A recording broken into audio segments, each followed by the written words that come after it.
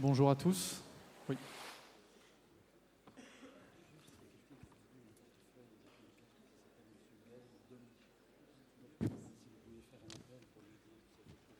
Oui, alors, juste avant de démarrer, donc, il y a un monsieur qui a manifestement perdu un portefeuille, Gaël Domy, donc si jamais il le cherche.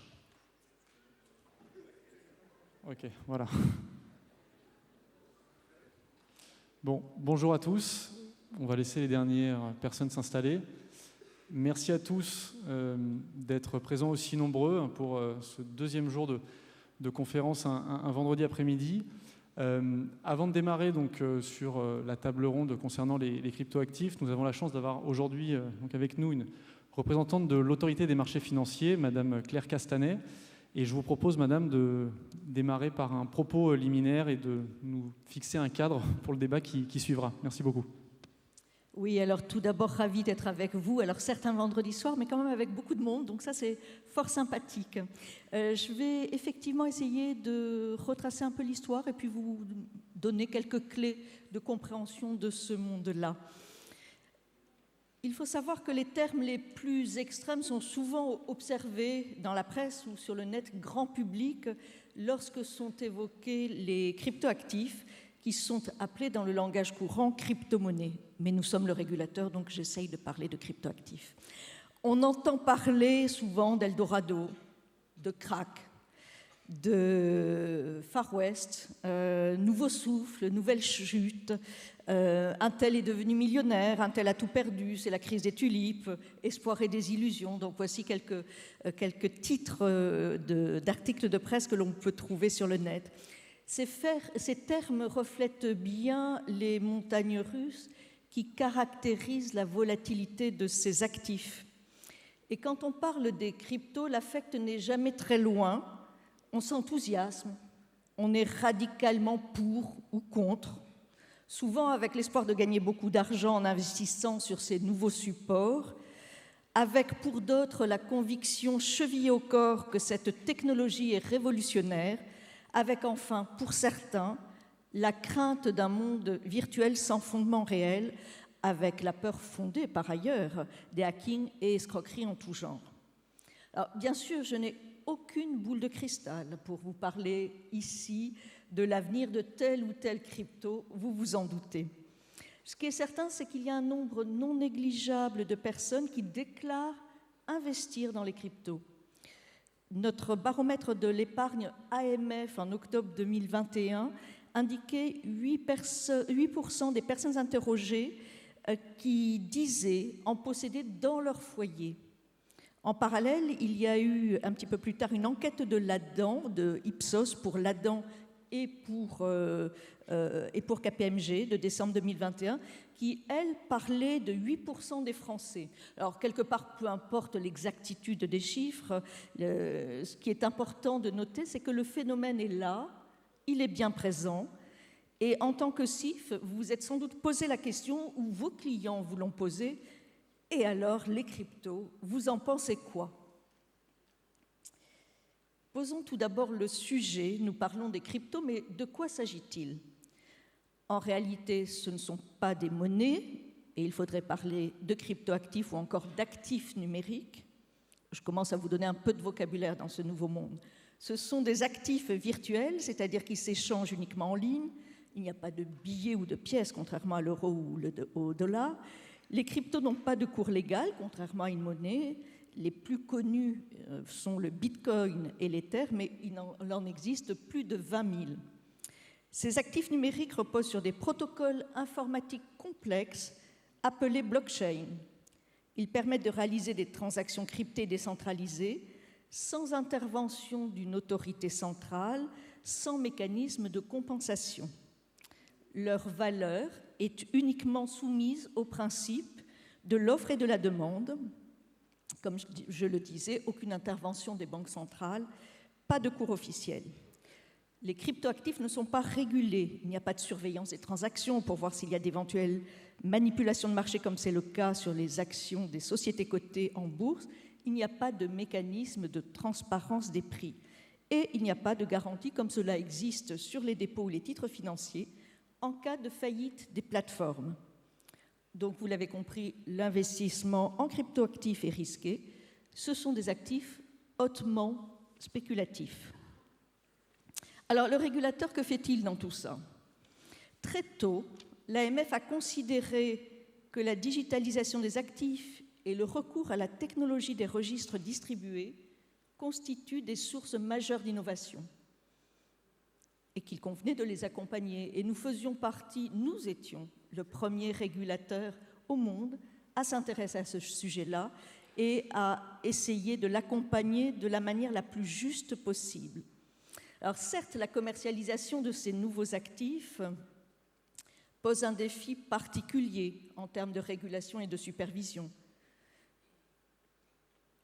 On peut réguler les plateformes, les intermédiaires, et concernant les cryptos, voici quelques-uns de ces défis.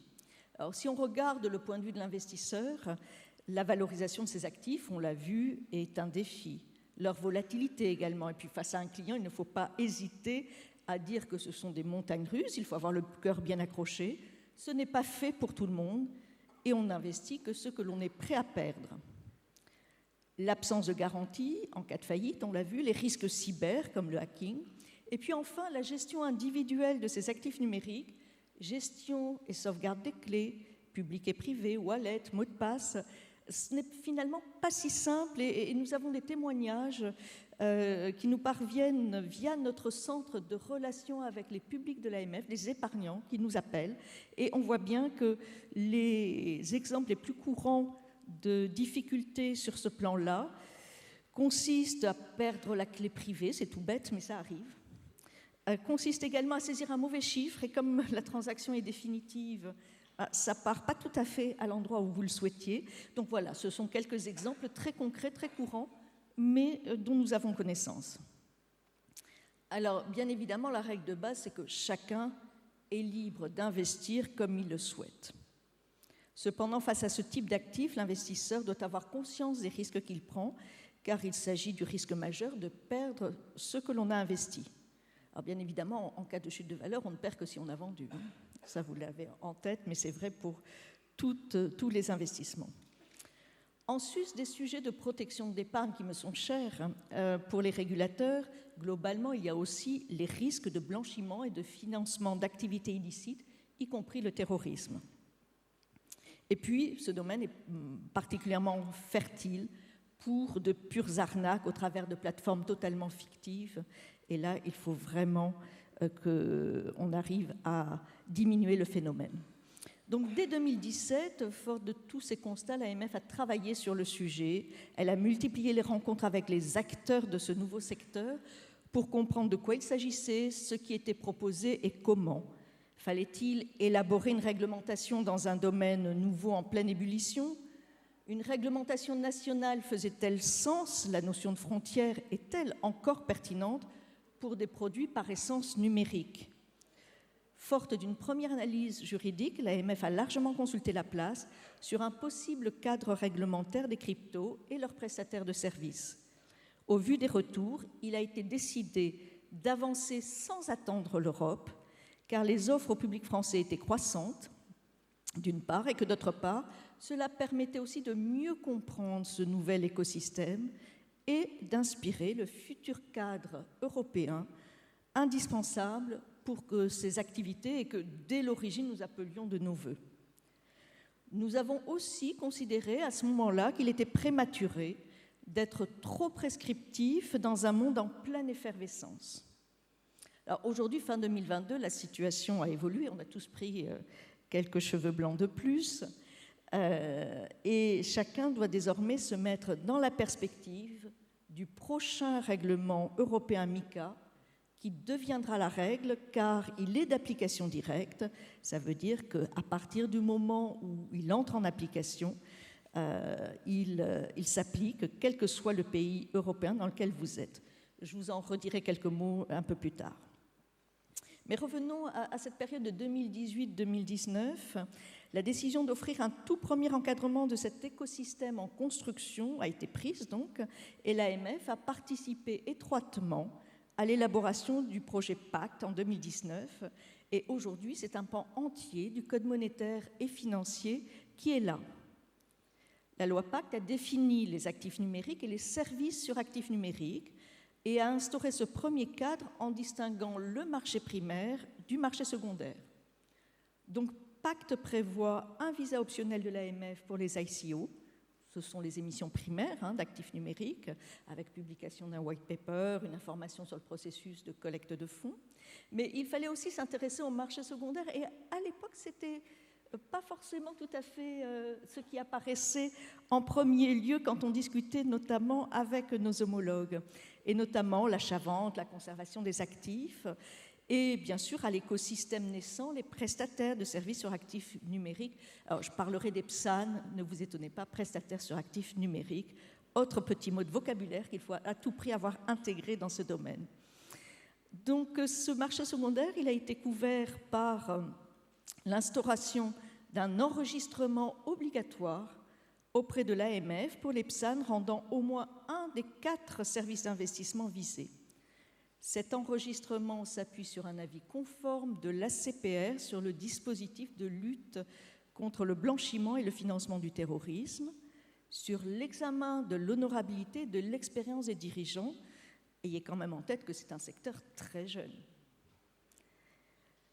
Un agrément facultatif de ces PSAN auprès de l'AMF plus exigeant, notamment en termes de fonds propres, de robustesse des systèmes informatiques et de protection des clients.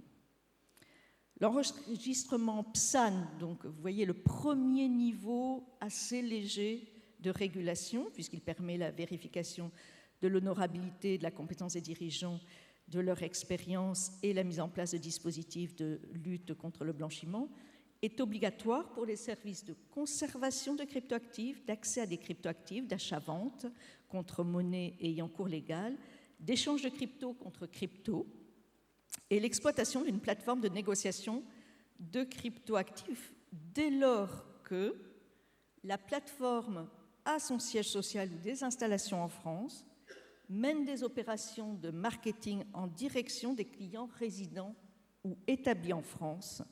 Et bien sûr, l'enregistrement PSAN n'est valable que pour le service qui a été examiné et déclaré. Il donne lieu à inscription sur une liste blanche. Et la liste blanche des PSAN se trouve sur le site de l'AMF. Il y en a 54 PSAN enregistrés à ce jour. Vous voyez, en assez peu de temps, notre écosystème français est dynamique. L'agrément, lui, est optionnel. Il est plus exigeant, je vous l'ai dit. Il deviendra obligatoire dans le nouveau règlement européen MiCA. Il concerne tout acteur qui exerce un ou plusieurs services sur actifs numériques, les services pour lesquels l'enregistrement est obligatoire, mais aussi la RTO, le service de gestion de portefeuille, le conseil aux souscripteurs d'actifs numériques, la prise ferme d'actifs numériques, le placement garanti et non garanti. Et tout cela, c'est un agrément optionnel à ce jour. Encore une fois, dans MiCA, il sera obligatoire. À ce jour, il n'y a pas eu d'agrément qui ait été délivré à un acteur, parce que la plupart du temps, on est sur les premiers services qui nécessitent d'abord un enregistrement, ça demande du temps, et puis une structuration et apprendre à parler régulation pour mieux se développer et mieux protéger l'investisseur. L'agrément PSAN requiert une assurance responsabilité civile professionnelle, des fonds propres minimaux, un dispositif de sécurité et de contrôle adéquat, un système informatique résilient et sécurisé, et la mise en place de certaines procédures comme la politique de meilleure exécution des ordres, la prévention des conflits d'intérêts.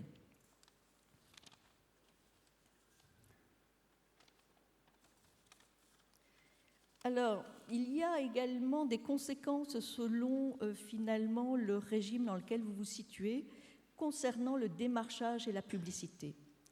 S'agissant de la publicité d'une manière générale, pour tous les acteurs, c'est le code de la consommation qui s'applique, sans spécificité pour les cryptoactifs. Alors vous avez en tête, pratiques commerciales non trompeuses, publicité équilibrée, etc. Ce qu'il faut savoir, c'est que le démarchage et le quasi-démarchage sont interdits pour les PSAN enregistrés. Alors, qu'est-ce que c'est que le quasi-démarchage ?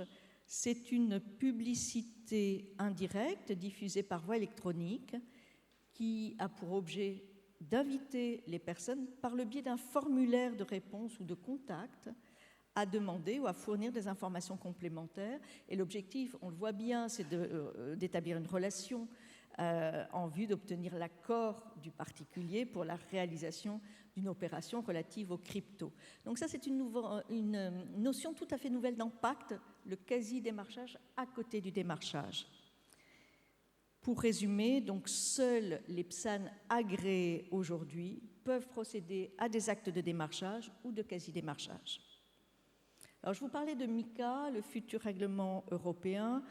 Qu'est-ce que c'est? Il vise à encadrer les cryptoactifs au niveau de l'Europe pour tous les pays européens, tous les cryptos qui ne relèvent pas de réglementation existante en matière d'instruments financiers. Vous en avez certains qui ont les mêmes caractéristiques que des instruments financiers, et là, on a déjà tout ce qu'il faut avec MIF. Et l'objectif, c'est de créer un cadre réglementaire européen adapté et équilibré, qui vise à la fois à promouvoir l'innovation, c'est important, nous sommes au XXIe siècle, et protéger les investisseurs. Ce règlement MiCA est en cours de finalisation en trilogue technique sous présidence tchèque. Il devrait être finalisé d'ici début octobre, donc incessamment, mais après il va y avoir tout un processus d'approbation, le Conseil, le Parlement, la traduction, pour une entrée en vigueur normalement prévue au premier semestre 2023 et une entrée en application 18 mois après. Il va couvrir tout ce qui est offre publique et admission aux négociations de jetons, l'offre au public et admission aux négociations de jetons de valeur stable, les stablecoins, la fourniture de services sur cryptoactifs par les prestataires et la prévention des abus de marché sur cryptoactifs.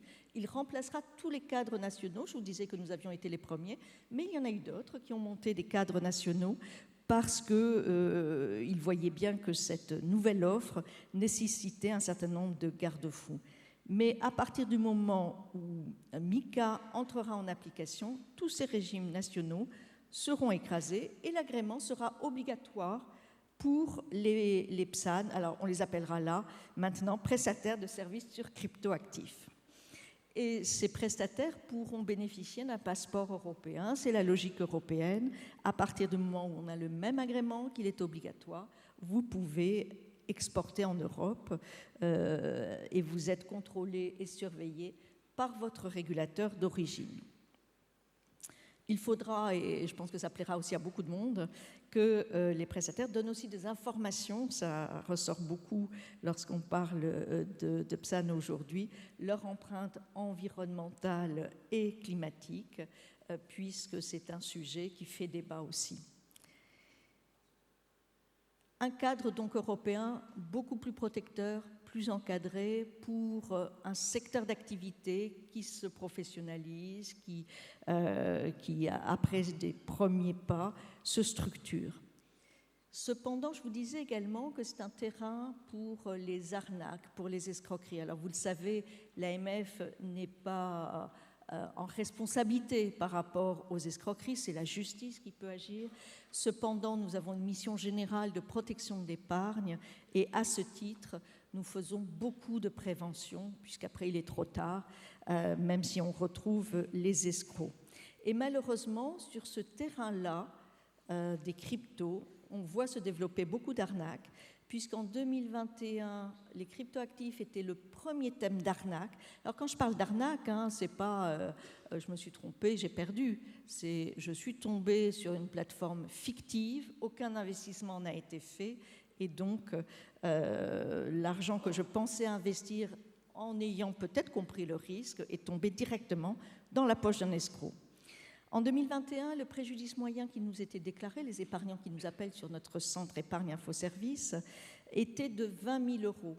En ce début d'année 2022, bien avancé d'ores et déjà, le préjudice moyen a augmenté puisqu'on est à 36 000 € et c'est toujours le premier thème d'arnaque, ce qui justifie tout à fait notre vigilance.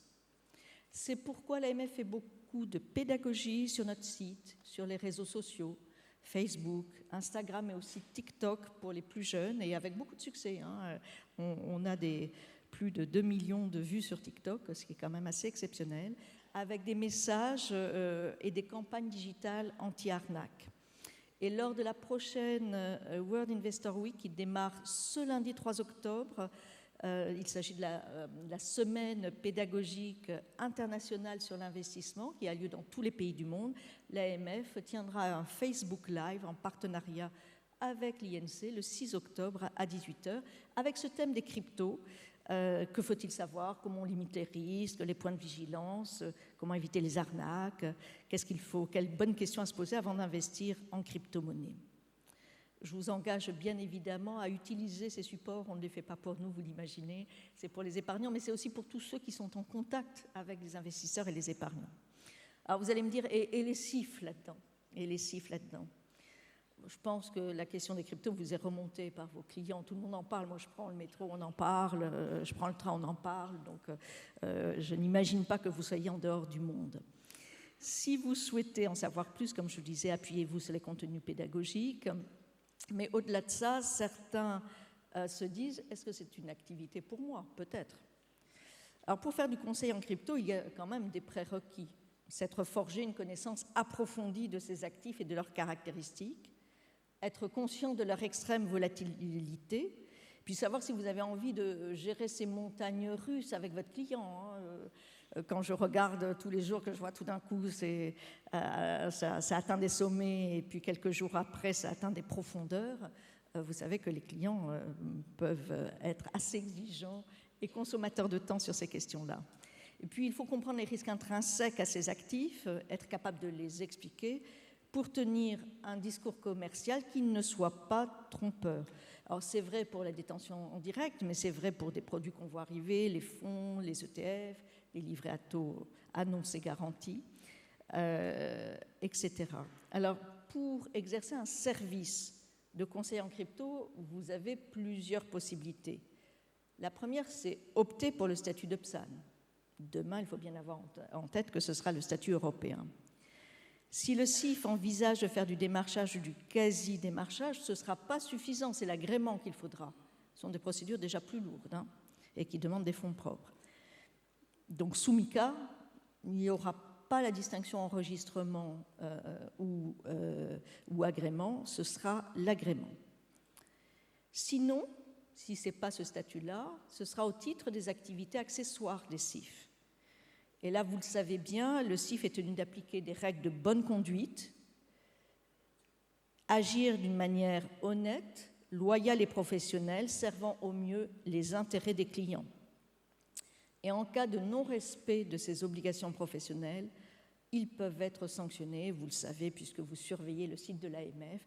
Il y a régulièrement, pas dans ce domaine, puisqu'il n'y en a pas à ce jour, mais certains CIF qui ont commercialisé de façon non loyale des produits et sans doute très risqués qui se font sanctionner par la commission des sanctions de l'AMF.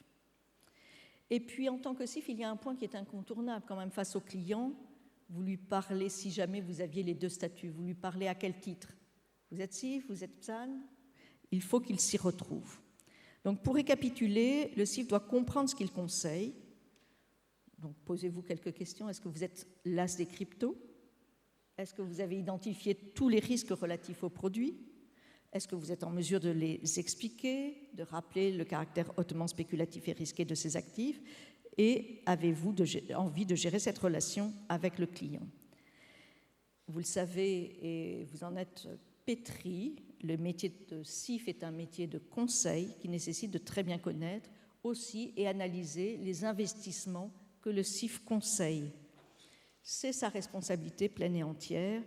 Et si on cite souvent l'adage pour les clients qu'il n'y a pas de rendement élevé sans risque élevé, il est bien sûr valable pour les CIF, mais j'en rajouterai un, il n'y a pas de commission élevée sans risque majeur pour le client et pour le CIF en tant que professionnel du conseil.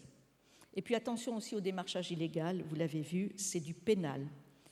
Enfin, et ce sera le mot de la fin, nous sommes à l'AMF convaincus du rôle que vous jouez auprès de vos clients en matière d'éducation financière, de votre intérêt. Vous êtes nombreux ce soir, aujourd'hui, pour ce nouveau monde, et cette participation à la conférence le démontre. Donc, nous savons combien les aspects pédagogiques de votre métier vous tiennent à cœur. Donc, j'espère qu'avec cette première introduction, vous aurez quelques clés supplémentaires pour l'exercer en étant à l'aise. Merci de votre attention. Merci beaucoup. Bon. Alors, ce qui est rassurant, c'est que tout le monde est resté dans la salle et n'a pas pris peur, parce qu'effectivement, on sait que c'est un environnement qui nécessite des règles, et comme vous l'avez bien exposé, il y en a tout un tas qui sont en train d'être mises en place.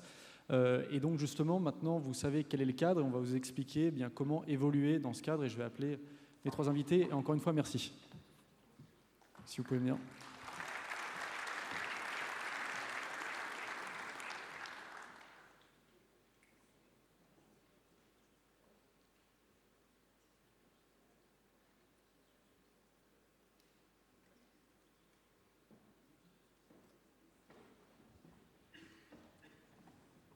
Merci.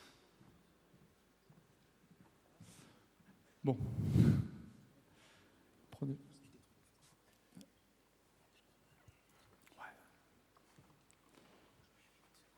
Super. Bon, donc voilà, après cette brillante présentation de tout le cadre réglementaire, je vous propose qu'on avance, qu'effectivement on voit comment trouver des solutions. Juste avant de démarrer, je me présente rapidement. Donc voilà, Raphaël Bloch, je suis journaliste depuis maintenant 7 ans. J'ai travaillé aux Échos et à l'Express et j'ai fondé il y a quelques mois un média spécialisé sur tout ce qui est crypto Web3, ça s'appelle The Big Whale. Justement parce que les sujets liés aux cryptos se développent de plus en plus. Il y a juste une question que j'aime bien poser à chaque fois, c'est qui parmi vous a déjà entendu parler des crypto-monnaies? Si vous pouviez lever la main. Voilà, ça fait beaucoup de monde. Qui a déjà acheté des crypto-monnaies? Ça fait quand même aussi pas mal de monde. Alors vous n'êtes pas forcément très représentatif de la population française, mais comme vous le savez, et on va en parler, il y a à peu près aujourd'hui 8% des Français qui ont déjà acheté des cryptoactifs. Vous avez aussi des clients qui viennent vous voir pour savoir comment on fait pour acheter des cryptos, est-ce que c'est risqué? On va en parler tout de suite avec nos invités. Donc Faustine Fleuret, présidente de l'ADAN, qui est l'Association pour le développement des actifs numériques, et également Louis-Alexandre de Froissart, qui est l'associé fondateur de Montaigne et Patrimoine, et enfin Owen Simonin, qui a fondé Just Mining et qui est, je pense qu'on peut le dire, peut-être l'influenceur crypto le plus connu de France. Donc voilà, on va démarrer tout de suite. Faustine, ma première question est toute simple. 8% de Français qui ont déjà acheté des crypto-monnaies, sont-ils fous? Alors non, ils ne sont pas fous. Ce sont 8% de Français, donc c'est plus de détenteurs de cryptoactifs qu'il y a de détenteurs directs d'actions. Le chiffre de l'AMF, c'est un peu plus de 6,5% de Français qui détiennent des actions en direct. Donc non, et heureusement, ils ne sont pas fous. Alors effectivement, on a mené une étude dont on a révélé les conclusions en février 2022 avec le cabinet KPMG et l'Institut Ipsos. Et on a interrogé 2000 Français représentatifs, un échantillon représentatif de la population. Ce qu'il en est ressorti, de façon pas étonnante, c'est que les détenteurs de cryptoactifs sont principalement une population jeune, mais pas uniquement. On est sur 12% qui ont 18-35 ans. Ce qui peut être un peu plus étonnant par rapport au profil qui peut être dépeint de ces investisseurs en cryptoactifs, c'est qu'on est sur le français entre guillemets moyen, dans le sens où ce ne sont pas forcément que les hauts revenus qui ont accès aux cryptoactifs. Au contraire, c'est un actif qui est beaucoup plus démocratique, et on le voit, ça démocratise finalement la finance, le système financier. On a 37% de ces détenteurs de cryptoactifs qui ont un revenu de moins de 18 000 € par an. Donc on n'est effectivement pas sur ces hauts revenus-là. Et enfin, parfois on dépeint l'investisseur en cryptoactifs comme fou, irrationnel. En fait, pas du tout. Et ce qu'on voit, c'est qu'on a plus des 3/4 des Français qui investissent dans les cryptoactifs, qui investissent moins de 10% de leur patrimoine. Donc on est plutôt sur une population de personnes prudentes. Ça, c'est-à-dire qu'ils ne vont pas totalement sur les cryptos, c'est juste pour diversifier. Exactement. Donc on est sur... les Français ont effectivement compris que ce sont des actifs risqués. Ils choisissent de prendre leurs risques, c'est leur choix. Et donc ils font la diversification qui est conseillée comme pour tout investissement financier. Donc ils ne sont pas faux aussi, puisqu'on le voit, on a aussi des Français qui hésitent encore à investir. On est sur 30% qui considèrent investir, qui veulent sauter le pas. Et ce qu'on voit, c'est d'une part, il y a encore un manque de connaissances, à la fois du fonctionnement des cryptoactifs, mais aussi de l'existence de la réglementation. On vient d'avoir un panorama très précis de ce qui existe déjà en France depuis plusieurs années, mais en fait, le français ne le connaît encore pas. Et ce qu'on voit, c'est qu'on aurait des Français qui aimeraient passer par des acteurs régulés. On a les PSAN en France, environ 50 effectivement PSAN enregistrés, mais ils ne sont pas connus. Donc c'est une des premières raisons, et du coup plutôt rationnelle, du fait qu'on a encore des réticences. L'autre raison pour laquelle on peut dire que les Français ne sont pas fous quand ils investissent dans les cryptoactifs, c'est qu'ils ont des bonnes raisons, et ils les ont dépeints dans cette étude. Alors bien sûr, la recherche de rendement, surtout dans l'environnement récent où c'était relativement compliqué, mais pas que. On a aussi des Français qui réaffirment leur défiance par rapport au système bancaire et financier traditionnel. Et d'ailleurs, dans notre étude, on révèle qu'on a un Français sur 5 qui pourrait changer d'intermédiaire, de banque d'intermédiaire financier, si en face, il y avait une alternative plus crypto-friendly. Donc c'est quand même relativement important. Et on a aussi cette préoccupation que l'on a vu ressortir notamment lors des investigations sur l'euro numérique et qui justifie d'aller sur les cryptoactifs dernièrement, sur la confidentialité et la vie privée, puisque c'est un marché qui est très transparent, mais qui est aussi plus respectueux en fait, de la vie privée et notamment financière des Français.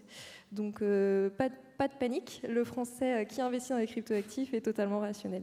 Bon, bah super, merci. Et alors, Owen, qu'est-ce qui a finalement fait que ces deux, 3 dernières années, on a vu une accélération du phénomène? Alors, on sait bien que la crise a pu jouer, que le confinement également a pu pousser des Français à s'intéresser au marché, mais est-ce qu'il y a un facteur en particulier qui explique qu'aujourd'hui, on arrive à ce niveau d'adoption des cryptoactifs?